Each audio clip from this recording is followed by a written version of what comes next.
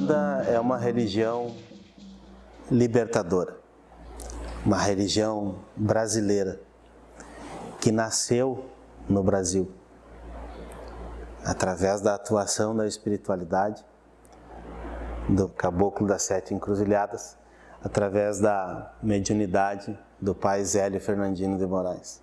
Dia 20 de junho de 1981, um grupo de amigos praticantes já da religião, porém não com uma casa montada ou instituída como é hoje, e não tinha diretoria, era simplesmente funcionava. E decidiram então criar um templo devido à grande procura de pessoas, de pacientes querendo frequentar, praticar, precisando de ajuda. E esse grupo então decidiu, lançaram essa associação, essa sociedade, chamada de Sociedade Espiritualista de Umbanda, Reino de Ogum Itati. Quando eu morava lá embaixo no bairro Glória, ela trabalhava na garagem, né, na época, na minha garagem lá, o Itati trabalhava e tal, e aí que foi conhecendo o pessoal foi conhecendo o Itati, não, vamos dar um jeito. Daí, como a finada Nelce foi uma das primeiras que foi deu lá, o terreno. Né? Aí ela disse, olha, tem o terreno, Aristeu, vamos construir lá em casa. 43 anos atrás, daí a gente abriu o primeiro terreiro, acho que tinha de Umbanda pelo menos abertamente, se tivesse alguém que trabalhava era escondido. Mas daí quando fui a Federico, eu conheci a terreira do Marne Franco Rosa, né, que até hoje é humanista. Mestre. Né, e daí eu gostei de ver lá as sessões que ele fazia. Daí o Maremar me perguntou se eu queria ser umbandista também, incorporar, eu aceitei. Eu sou Marne Franco Rosa, conhecido como Mestre Marne. Sou membro do Conselho Nacional Libertino da Umbanda, do CONDO. Sou presidente do Conselho Litúrgico do Superior Órgão Internacional de Umbanda e dos Cultos Afros, o SOI-BR. E sou líder de Umbanda, hoje eu tenho mais de 100 terreiros em que eu lidero. Tenho mais de 3 mil médiuns. O Aristeu Costa foi desenvolvido por mim na cidade de Frederico Westphalen. Quando eu fui lá diretor do Colégio Agrícola, que era federal, lá em Frederico Westphalen, que eu conheci o Aristeu Costa, um grande médium, né? Ele que foi embora depois para Três Passos, e lá abriu o seu terreiro, né? Reino do Ogum Itati. Entramos trabalhar aqui nessa sociedade quando o pai Aristeu era diretor espiritual.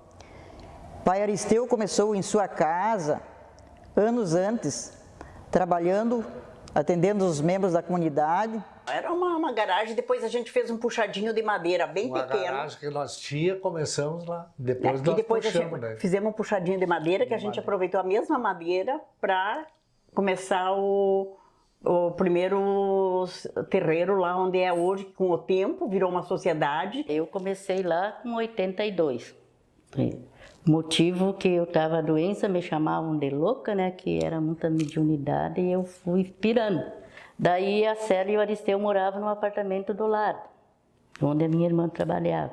Como ela via aquele sofrimento meu, né, aquela angústia, eu não tinha noite de sono, eu saía caminhar, eu estava bem fora. Daí ela disse, eu vou te levar lá, ele tem um cara que, lá de Humaitá, que trabalha. E ele vai começar a trabalhar ali na casa dele, agora ele comprou. Eu desocupei minha garagem, montamos nosso congal, e aí a gente começou a trabalhar. O Ogum Itati como chefe do terreiro, né? E aí foi. Depois a gente tinha uma paciente, que também depois se desenvolveu, foi médium nossa, e ela emprestou um terreno onde mais tarde foi construído pequeno, de madeira. Depois cada vez foi aumentando mais os pacientes, os médiuns, a nossa corrente, né? O pessoal foi gostando e tendo conhecimento, e a gente formou uma corrente boa. E depois, então, foi crescendo, né? Há uns tempos atrás, aí o nosso galpãozinho se tornou pequeno, e aí nós começamos aí a Nelce e o Lalo vieram também, aí a Nelce se prontificou com o terreno E aí nós começamos fazendo campanha, cada um dava o que podia, né? E começamos a construção do terreiro lá onde é hoje. E os médicos que já estavam começando, começaram a ajudar. Mão de obra, com eles que construíram. Daí vou dar tantas tábuas, eu vou dar os pregos, eu vou dar isso. O compadre de Humaitá foi um que ajudou muito. O cara deu seu o Erno. Eu lembro muito bem, o Costa foi bem corajoso quando abriu a Umbanda lá em Três Passos. Porque naquela época não era bom. Hoje, graças a Deus, né? O professor Miguel é um cara fantástico, tem um amor pela região, um médico de primeira grandeza, ele enfrenta tudo, ele está sempre com a cara batendo para bater, né? Ele faz os congressos, reuniões, seminários, e está cada vez erguendo mais o nome da Umbanda. Isso eu me sinto muito feliz com isso. 1986, por influência ou por convite de uma colega de trabalho, que já frequentava, e conhecendo nossa trajetória, nossa caminhada, nossa situação, sugeriu, e a gente veio, conversou com a entidade da casa, com o diretor, com a entidade do diretor espiritual, e nos sugeriu que eu tinha muita mediunidade e precisava desenvolver. Foi quando, em 87, então, a gente decidiu iniciar a caminhada mediúnica. Eu trabalhei como cambone das entidades do Pai Aristeu. Ele trabalhou longos anos nesse terreiro, depois ele foi a morar em Santa Catarina, aí assumiu em seu lugar o pai José Nicola, que também trabalhou uns anos, após teve que ser transferido, porque trabalhava na Caixa Estadual e a Caixa fechou, aí ele foi transferido para Palmeira das Missões, em seu lugar começou a atuar então de diretor Renato Bono, o pai Renato, que hoje é falecido. Trabalhamos bastante com o pai Renato, após eu e pai Miguel, então, assumimos na época, e a gente trabalha até hoje. Foi uma surpresa muito grande, porque a gente nunca acha que está preparado, e até porque não era pretensão de dirigir uma casa. O objetivo maior sempre era colaborar, participar e ajudar em tudo o que precisava, mas dirigir é uma responsabilidade muito grande. Então essa responsabilidade a gente nunca está preparado, totalmente preparado, e não teve escolha, foi indicado e tem que ser você, não tem outro. A Umbanda, historicamente, a gente já sabe, né? Ela tem dois caminhos, ou pelo amor ou pela dor. A minha entrada na Umbanda foi pela dor. Eu tive uma situação familiar, né, de doença, e quando tu não encontra mais resposta na ciência, não encontra mais conforto na ciência, tu parte para aquilo que pode te dar um norte, para aquilo que pode te dar um conforto, aquilo que pode te dar uma resposta. Eu fui procurar a religião de Umbanda por um motivo de doença, que eu me tratava com médicos e não conseguia a cura, ou o problema no caso. Eu procurei a Umbanda e comecei primeiro a uma pessoa a ser só uma paciente, e com o tempo eu consegui então desenvolver e participar da corrente mediúnica, e então aí foi o momento que eu fui me curar. E por esse motivo foi que eu fui a procurar Umbanda para ir praticar, porque foi um agradecimento que eu consegui. Voltei, retornei, digamos assim, para Umbanda, por conta da minha filha doente, né? E resolvi e assumi o convite do Pai Ogum Beramar e da espiritualidade desta casa, por conta de tantas inquietações espirituais que eu tinha, né, naquele momento. Eu fui desenvolvida pelo Gumitaty e logo assim nas primeiras sessões que a gente ia, ou a gente chegava e ficava lá atrás, assim no fundo, né? Porque a gente não tinha assim muita abertura com os chefes da casa e tal. A gente tinha muito respeito e numa ocasião o Gumitaty me chamou lá na frente, que ele queria que eu ficasse lá na frente, era o meu lugar. E ele disse, a senhora tem mediunidade e a senhora vai desenvolver. Que na época eu estava com crises de falta de ar, com bronquite, de parar no hospital para tomar oxigênio. Eu não podia mais subir escada, assim estava a minha mediunidade, né? E daí então, quando eu decidi comprar uma roupa branca e disse para a família que eu iria entrar na corrente, meu marido disse, mas você não tem condições, você vai, como você tem tanta falta de ar? Eu disse, eu vou conseguir.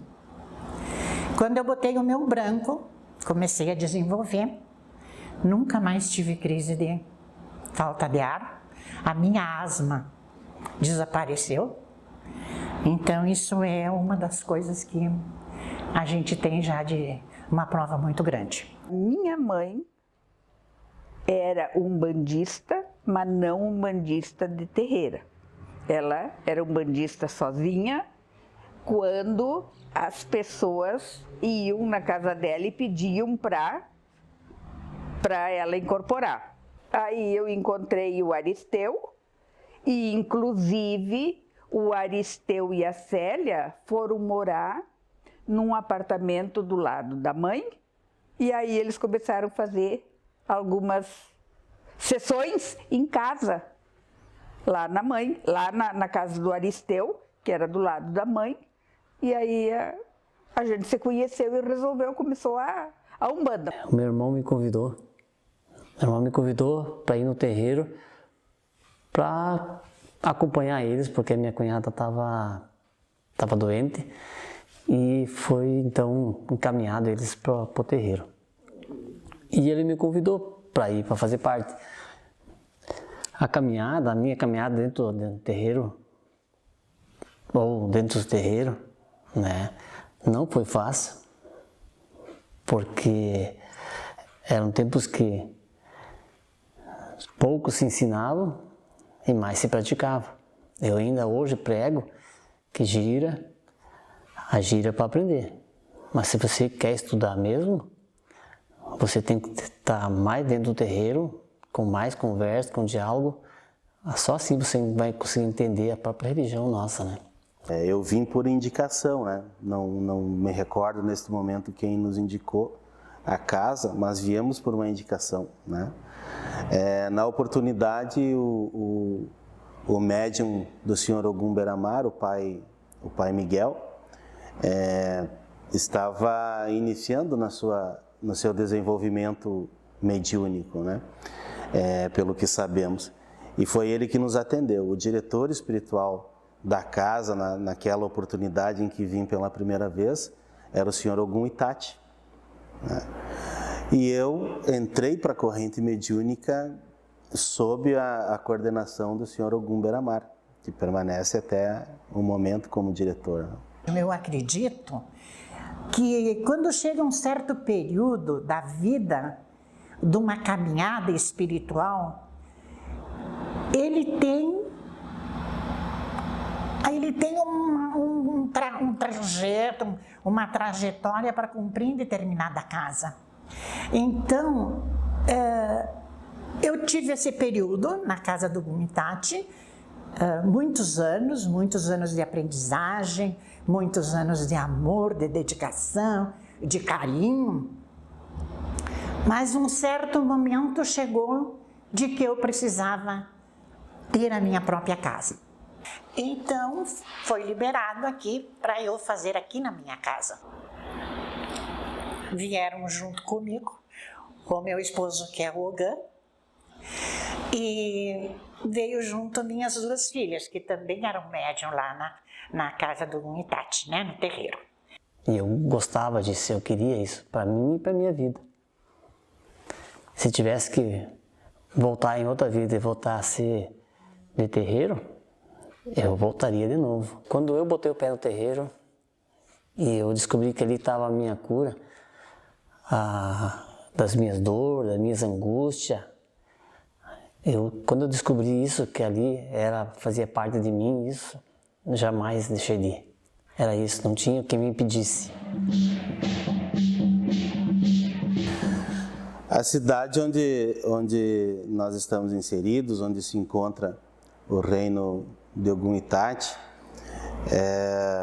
é uma cidade assim que tem uma predominância branca, assim, com etnias alemãs, italianas, né? Onde a predominância, a prática religiosa é mais católica, né? Católica em sua maioria e evangélica. Né? E não foi fácil, porque ninguém conhecia, eles achavam a gente feiticeiro, e a gente teve muito preconceito na religião, na época não era aceita, mas a gente lutou bastante. Uma das grandes dificuldades, assim como eu sou bastante assim São Tomé, né? Sou muito de ver para crer e eu sou uma pessoa que lê muito. E aí a gente eu achei uma grande dificuldade assim ter referências, né? Para além do conhecimento oral, né? Para além da oralidade, né? A escrita.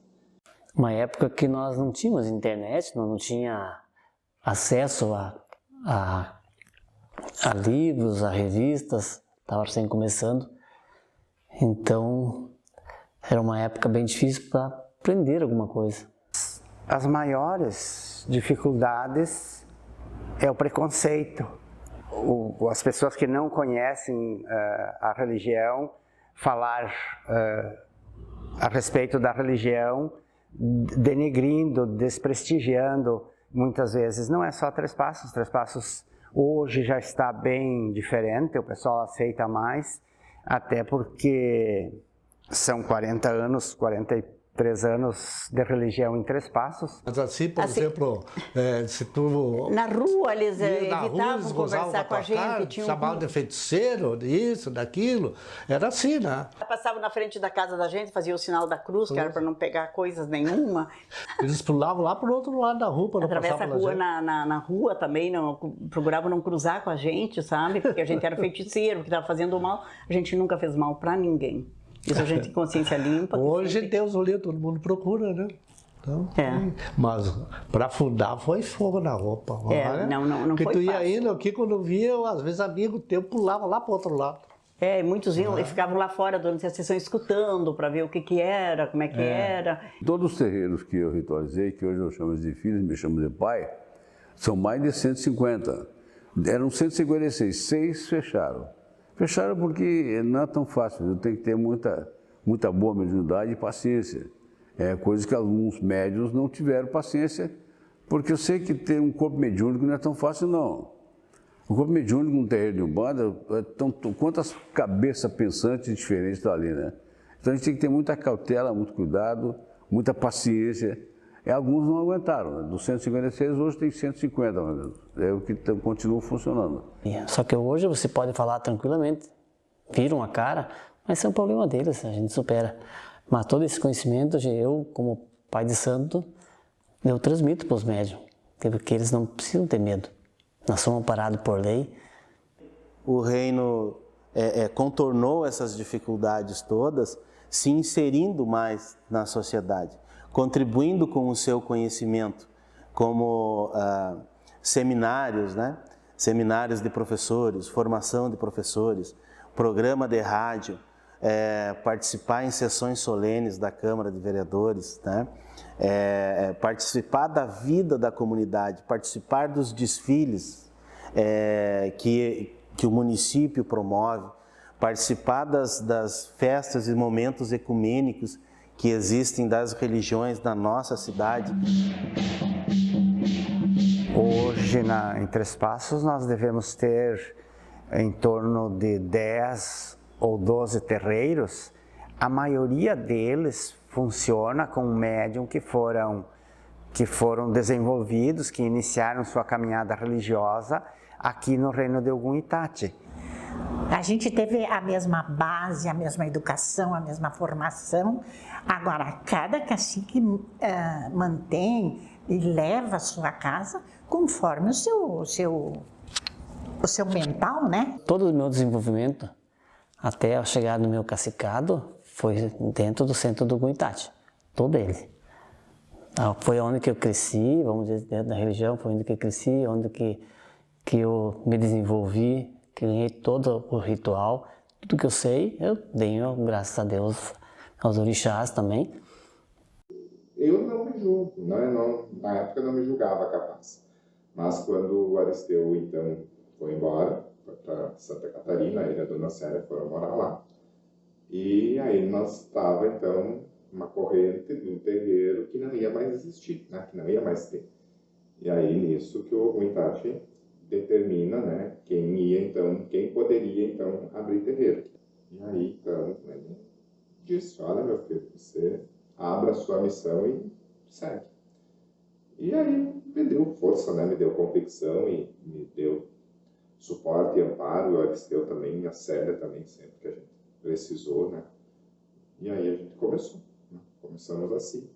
Tinha 2 irmãs de corrente lá, 3 irmãs de corrente que acabaram trabalhando com nós, depois elas também saíram e a gente começou a desenvolver os médiums, né? Aí comecei a ter médium novo, desenvolver médium.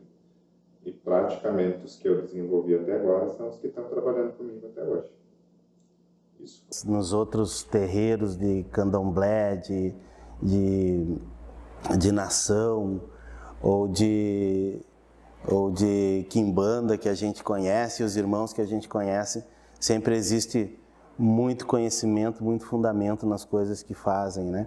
E isso engrandece a espiritualidade, engrandece os orixás, engrandece os guias e os protetores das religiões com matriz africana. E mostrar que nós temos raízes, sim, nós não viemos do nada. Nossos fundamentos é amor, é caridade, né? Estão todas elas dentro da nossa raiz de Umbanda.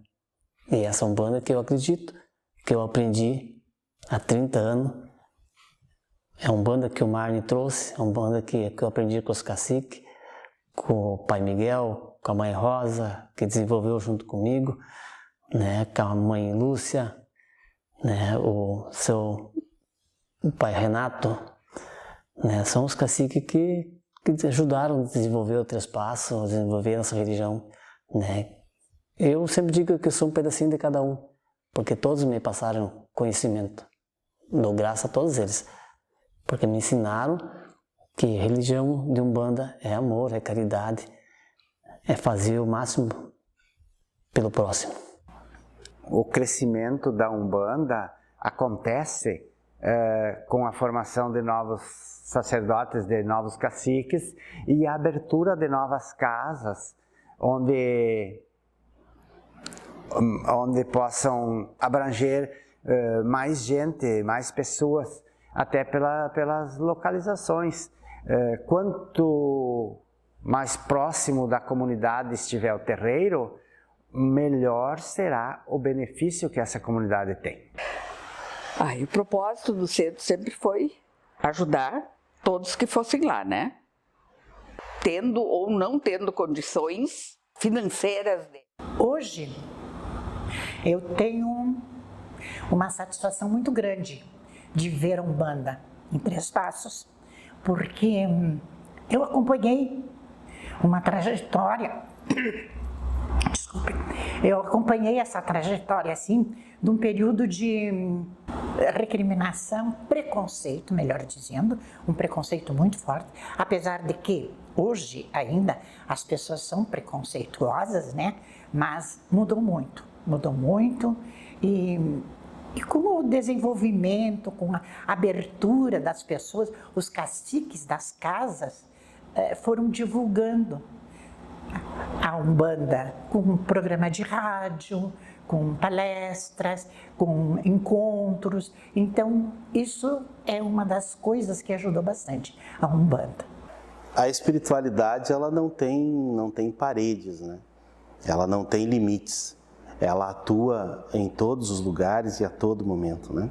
E em todos os momentos irradia a sua energia, o seu conhecimento, nos auxiliando na nossa caminhada nesta experiência material em que estamos, né, que também é uma caminhada espiritual, para que aprendamos novas coisas, né? Então a Umbanda, ela é livre nesse sentido. Eu penso que a função de uma religião é libertar as pessoas, libertar seus espíritos, libertar sua consciência, né? Desde que nós assumimos em 96, a gente se propôs a tornar a Umbanda mais conhecida e desmistificar os preconceitos que a religião carregava na população, a população carregava sobre a religião em Três Passos. E começamos com um programa de rádio e fomos procurar cursos e fazer aperfeiçoamento para entender o verdadeiro papel da religião junto à comunidade e levar esse conhecimento à comunidade. Houve uma mudança, bastante mudança, porque parecia que nós éramos engessados, a gente não tinha não podia falar, não podia comentar, não podia questionar. Não sei se era por falta de conhecimento dos caciques, mas quando o conhecimento começou a ser difundido, aí sim, há mais questionamento. Hoje eu sou mais questionado do que eu questionava os caciques antigamente. Então hoje eu continuo estudando a Umbanda. Eu tenho que buscar conhecimento. Porque o médium que vem hoje, ele tem um conhecimento vasto já. Por causa da mídia, por causa das redes sociais, eles têm conhecimento.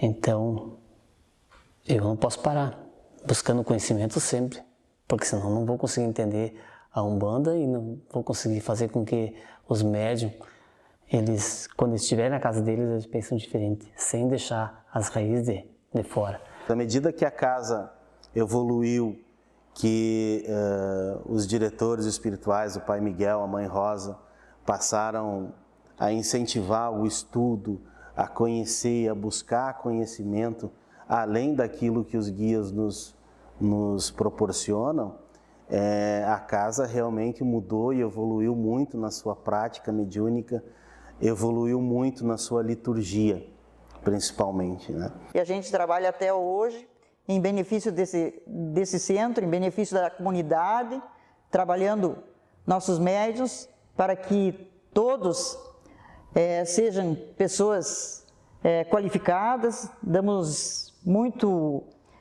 respaldo para as pessoas estudarem, porque sem estudo a gente não é ninguém. Nós temos reuniões, temos trabalhos diversificados só para os médiuns. A casa Reino de Ogum Itati tem um nível de reconhecimento muito bom na nossa cidade, né? A casa promove seminários, a casa tem programa de rádio, né? A casa participa de eventos umbandistas e de outras religiões, né? Eventos ecumênicos. A casa participa de formação de professores, né? Sempre no intuito de desmistificar, de levar a mensagem de paz da Umbanda a todos os cantos, né? E incentivando também um ensino religioso para que seja, ao invés de ser uma doutrinação, seja um conhecimento a mais, né? Porque todos são livres para escolherem seus caminhos espirituais, né? E o Pai Miguel e a Mãe Rosa, então, da Iaçã, são maravilhosos, estão lá dirigindo o Reino do Ogum Itati, que é uma referência, sem dúvida, naquela zona ali da cidade de Três Passos, no redor.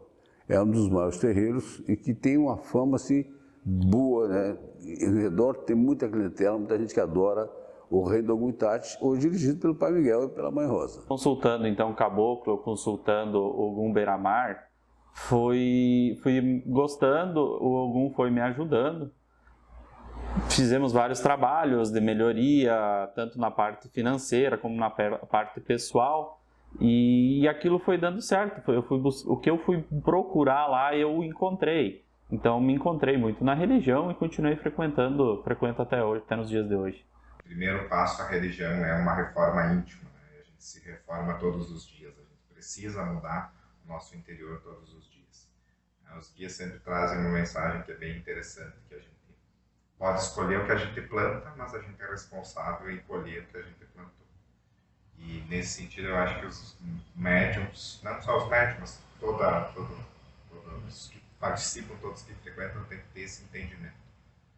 Que a brotação é de dentro para fora. Né? Então, o que eu preciso fazer é me corrigir antes de eu querer corrigir os outros. Né? Então, orar e vigiar a própria cabeça, o próprio pensamento, as próprias palavras, a própria língua, as próprias atitudes e tentar se reformar. Eu fico muito feliz com a situação que está a nossa região de Umbanda hoje, né? É muito bom ser umbandista mesmo. Hoje, a Umbanda encontra-se muito mais forte, por assim dizer, mais robusta. E tem uma atuação muito importante em suas comunidades, principalmente na questão de contribuir, de colaborar com o poder público. Os orixás são as divindades de Deus que representam as suas potencialidades e também são as potestades da natureza. Em tempos que vivemos com eventos climáticos extremos, com temporais, com tsunamis, com secas severas, chuvas severas, a Umbanda tem uma contribuição grandiosa para com os seus municípios, para com o país e com o mundo. Nós expor nossa religião agora, né, com festividade e botando em mídia, vai desmistificar muita coisa que colocaram para nós. Não tenha vergonha de dizer qual é a sua religião, tenha orgulho e faça a religião sentir orgulho de você, né, das suas atitudes, das suas palavras, das suas ações. Eu tenho muito orgulho de ser uma das únicas mulheres em Três Passos que tem terreiro. Me orgulho da minha dedicação e do amor que eu tenho pela minha religião. Os irmãos vão mudando suas consciências à medida que vão se relacionando com os guias e com os orixás, né? Tanto é assim que hoje não somos, digamos, nem sombra do homem que éramos quando entramos, né? Aprendemos muitas coisas, continuamos aprendendo, né? E a espiritualidade é grande e é infinita. A dica que posso dar é busque sempre revisar o seu relacionamento com o seu orixá, o seu pai e a sua mãe de cabeça. Busque um relacionamento de amor. Numa relação de amor, numa relação de fé, em que confiamos um no outro, em que confiamos no nosso orixá, e ele confia em nós e sabe que somos sinceros, que somos honestos e que desejamos profundamente evoluir, crescer, esta relação cada vez será melhor, cada vez vamos ter mais evolução material, mais evolução espiritual. O equilíbrio é o que rege a natureza, o equilíbrio é o que rege o universo. Então também precisamos estar em equilíbrio. E o que nos dá o equilíbrio são todos os orixás de Umbanda. Cremos na existência de um Deus único, onipotente e onisciente, criador de todas as coisas, irrepresentável sob qualquer forma e adorado sob o nome de Zambi. Entidades espirituais em plano superior de evolução que não necessitam de novas reencarnações, responsáveis pela organização dos mundos e dos seres que neles habitam. São os orixás, santos, chefes de linhas e falanges, executores diretos da vontade divina, entre eles Oxalá, o Cristo planetário da Terra, e como tal, primeiro na hierarquia deste planeta. Em guias espirituais e protetores, sábios, poderosos e bondosos, porém necessitados ainda de reencarnações para o seu aperfeiçoamento, são mensageiros dos orixás e santos. Em seres da natureza e suas energias cósmicas que, manipulados com sabedoria e bondade, sob a forma de magia, auxiliam a peregrinação do homem. Na imortalidade do espírito, sobrevivendo à morte física a caminho da evolução. Na reencarnação, possibilitando o aprendizado e aprimoramento do espírito. Na lei do karma, instituindo que cada ação gera uma reação. Na necessidade do ritual como elemento mágico e disciplinador. Na prática da mediunidade, sob as mais variadas modalidades, com o objetivo de caridade material e espiritual. No respeito às demais religiões, porque todas constituem caminhos de progresso espiritual que conduzem a Deus.